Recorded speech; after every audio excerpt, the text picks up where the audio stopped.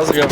I sent some artwork to Atlanta last year, like for an art show, 4 original pieces, and then they left it outside of a business in 5 Points, Atlanta. My dude called me. I was like, it says it got delivered, but it says it was left outside. He's like, yeah, there's obviously nothing here. I was like, you didn't think so. And if you go to his shop, you'd be like, what? No one would ever leave a package there. Not leaving a package in that crosswalk, you know. Be right back. I'll just meet you right actually.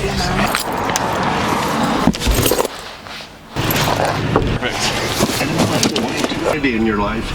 It's crazy that Christmas is next week or something. Oh yeah. Basically. Yeah, it's gonna be thinking about it for a few days. I just remember yesterday the Rogue One comes out on Friday. The what? Oh, it does already? Yeah. Oh, crazy. Yeah, that's what I was like, oh wait. Like, is it gonna be like this for every Star Wars movie now? Alright. I wasn't really a huge fan of the new one. Oh really? Yeah, not really. It's like entertainment, like whatever, but I was just like, it's kind of more of the same to me. Like, same, take a left here. Kind of the only thing I didn't like was how much it mirrored the first one. Yeah, like New Hope. Yeah. Like, that's the only way they could have given it to us either, like if you think about it. Well, right. If they had remade A New Hope, yeah, the streets would still be burning. They tried to go too different. Yeah, not exactly. Not felt right. Yeah, they were like, all right, so we have to make a remake, but we need to name it something else. Right. And change it a little bit. Which I think was going to be the guy that did Jurassic World. Oh shit. That was, see, I'm glad you said that. Everyone like laughs at me at work, like, you just hate everything, and I'm like, dude, there was a brontosaurus that like made a lady become like a human again, who's like a corporate bloodsucker, and like then she like sees the dying brontosaurus, and she's, oh no, now I'm good. I was like, this shit. And they threw like a random divorce in the movie just in the end. Yeah, it's so weird. Have a good day.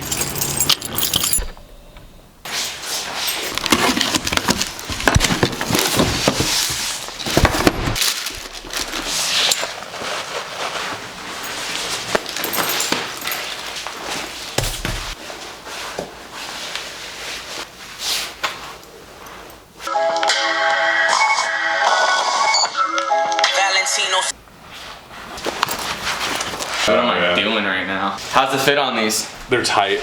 They are tight? Yeah, it's like that same, So go true to size Ultra Boost? yeah, it's the same material as the silver Ultra Boost, the metallic silvers. Uh-huh. So all that knitting, like even right there, you can feel it's like way tight. So I should get size 10. It's super rigid. You don't like I it? like them. No, I do like them. You can't compare when you have that on your right foot though, because that's the whole point. because that's nice, like, right? You like the 3.0? Dude, it's so nice. Oh, that feels so much better. With the insole out. Yeah, way better. Isn't that breakfast yet? I'll see you. All right, man. Have fun up there. I will. Let me know if there's a 13 sitting up there. You got the little tiny GoPro? I'll take it and just walk around. So, as far as shoes that are coming out soon, well, today Adidas announced that they're doing the 3D printed pair. It's a 3D runner. It's $333. There's 50 pairs releasing in Tokyo, London, and New York. I don't know if that's 50 pairs per place. But yeah, it's available via the Confirmed app. I don't know how many pairs there are. I saw shit this morning that said 50, but I don't remember where that was, so don't quote me on that. But yeah, that's gonna be a really hard one to get. I'm sending a few people out to go try. I don't know if we'll get those. That'll be really, really awesome if we do. You know, that's like the parlay, the caged parlay Ultra Boost that there's only like, 50 pairs of. There's just some shit that's just, I'm not gonna pay some mustache twiddling fool fucking 10 grand for a shoe that, just because he has a fucking laptop and he Googled something. But yeah, it's all good. I can live without some things, but if we get those, that'll be cool. There's no boost in it, so I don't even know how to feel. It would just be a cool one to have in the collection. If it's exact, but it looks just like the one they gave away to the Olympians that are on the Adidas team who won gold. So definitely a really cool shoe, definitely like a collector's item. But I would wear them if I got them. We'll see what happens. Then there's also the Naked Ultra Boost. Naked is a female boutique in Copenhagen, I think, Denmark. That shoe is super sick. It's like an aqua colorway that's very similar to the my Adidas custom that I made in New York, but it's all different materials. There's like no plastic cage. It's basically just all knit, the whole shoe. I don't even know it's knit. That shoe won't come in my size. I can pretty much guarantee it. If it does, you can guarantee that I'll get it. But that means it would have to come in like a 14 or a 15 women's, and I don't know if they're gonna hook me up like that. But yeah, super cool shoe. It comes out December 16th. I think it comes out December 16th in that store, and then it comes out December 23rd everywhere else. And then yeah, we're waiting on the next Yeezy, which is supposed to be December 17th. The black and white stripe, which kind of looks cream in most of the photos now, but I don't know. When I saw them in person, when I saw them in New York, I didn't really like get that good of a look, nor do I really remember, nor do I know if those were actually real. So who knows? Yeah. So that's the only thing I can think of that's coming out. We have a drop coming so people who are asking me about lanyards and hoodies and crew necks and floor mats and the McFly shirts, we have a drop coming on boost-heaven.com, and that is coming on Wednesday, December 15th. I don't know the time yet. I should know the time tomorrow. I'll let you know. So if you've ordered anything from us, it is definitely on the way.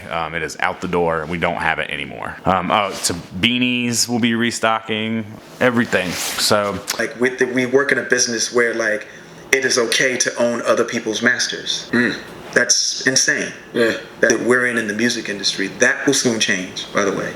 Everybody should own their masters. Alright, so today came in the Pusha T EQT Support Ultra PKs. Came from Chicago. Shout out to my boy Oscar hooking me up. This is the grayscale colorway. I took the insoles out of the shoe, but these are like reflective, and they have the Pyrex scale pattern on them, which is super cool. And then also Pyrex paper. So this is what the shoe looks like. This is the third Pusha T shoe that we've gotten. The other ones are black and white, and it's also a different EQT model. EQTs, when they came out in like the 90s, they did different models for different like kinds of runners, basically. Like there was the racer that was it was super lightweight and for a light run day, and then they had like supports, which were like heavier wear. You know, a lot of fat dudes wore them. Then they had, what was the other ones? I can't remember. There's like I can't remember the names of them, but there's like one for the people who run on the inside of their foot. There's one for people who run on the outside of their foot. Just different models for different compensations for athletes. That was kind of the idea behind it. When the EQT came out in the 90s, it was actually like pretty huge. I remember seeing the banners for it as a kid. EQT stands for equipment. This EQT is a little different. These fit, I would say, true to size. I saw people talking about sizing down, but I don't understand that, because with the insole on, it's very snug. Not uncomfortable snug, just snug. So true to size for me. This doesn't have a lot of flex to it. It's not flexy. Like it's prime knit still. Like don't get me wrong. It's still prime knit, but it's not as flexy. It's absolutely got a little bit more rigidness to it, and that rigidness comes from the silver knitting, and I believe they reinforced that knitting all throughout the shoe because it's a PK version of a shoe that normally has panels. So especially in the heel area, there's a little stiffness. You have a lot pad in the heel is pretty thick, takes up almost the entire inner heel, and then the lacing system adds to some support, and then you have a PK toe box, which is really comfortable. It's a really nice shoe. I really like the shoe. I like the little like luxe touches on it. It's not like a super luxe shoe. Don't expect like the quality of, it's not like crazy luxe. It just has like a nice look and a nice feel to it, and a couple of nice little luxurious touches. It was a must cop for me as soon as I saw it. I really like Pusha T. I really like this collaboration. I really think that it's cool that Adidas does it. I think that it's funny that people tell me that I should chill out on smoking weed when there's collaborations like this out there. Also, some people don't want to face reality, so that's also okay with me. There's an equipment tongue panel that's also got fish scale on it, which says equipment, Adidas, ADV, and then it has a date. I believe it's a date.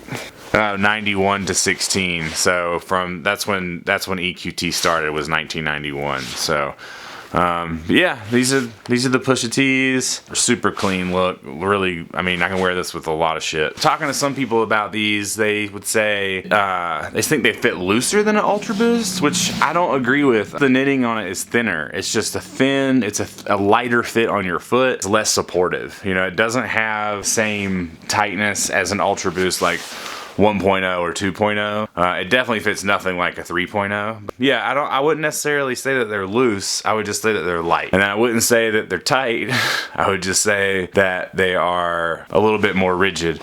But they definitely loosen up as you wear them, as most prime knit does. As I've worn these today, they've started to loosen up, and I imagine over time they'll become super loose and comfortable and much more like an NMD or something like that. But we got Continental Sole like Ultra Boost. Really, this model, I mean, I know EQT's been around for a while, but because of the PK and the slight, just little, like, I would just call it leather cages on the shoe, it feels a lot like an uncaged Ultra Boost, but just thinner but tighter, if that makes any sense. This material is very unique on this shoe. You know, it's very, it's nothing like any of the other prime knits that I have on anything. It's not soft, but it's very, it's just tightly woven. An EQT usually has panels, like leather panels, all over the shoe, or any kind of material panel. And this one is just prime knit everywhere that you have. Normally you would have suede or leather. But yeah, it's an interesting fit. It's a cool shoe. It's not as comfortable as an Ultra Boost. It's definitely not, like, especially not Ultra Boost 3.0. I've been wearing those non-stop since I got them, and honestly think that shoe is so comfortable. It's becoming the most comfortable shoe that I own by far. You know, you have your leather fish scale panel, leather fish scale pattern and panel across the entire heel up into the inner heel. It's got the sock-like feel of an uncaged Ultra Boost, but the prime knit in the shoe is a little different. It's still PK, but it's a lot like silver Ultra Boost, the 1.0s, because it has that silver kind of woven in, which makes for a little bit of a tighter fit. The heel is reinforced with like a suede heel cup on the inside, basically. King Push lace locks. I don't know what you actually call those things, but all gray colorway, basically. The white boost. I don't know if there's any more colorways coming, but I would cop a black one and a white one just like it if they did. So, but yeah, that is the Pusha T Grayscale.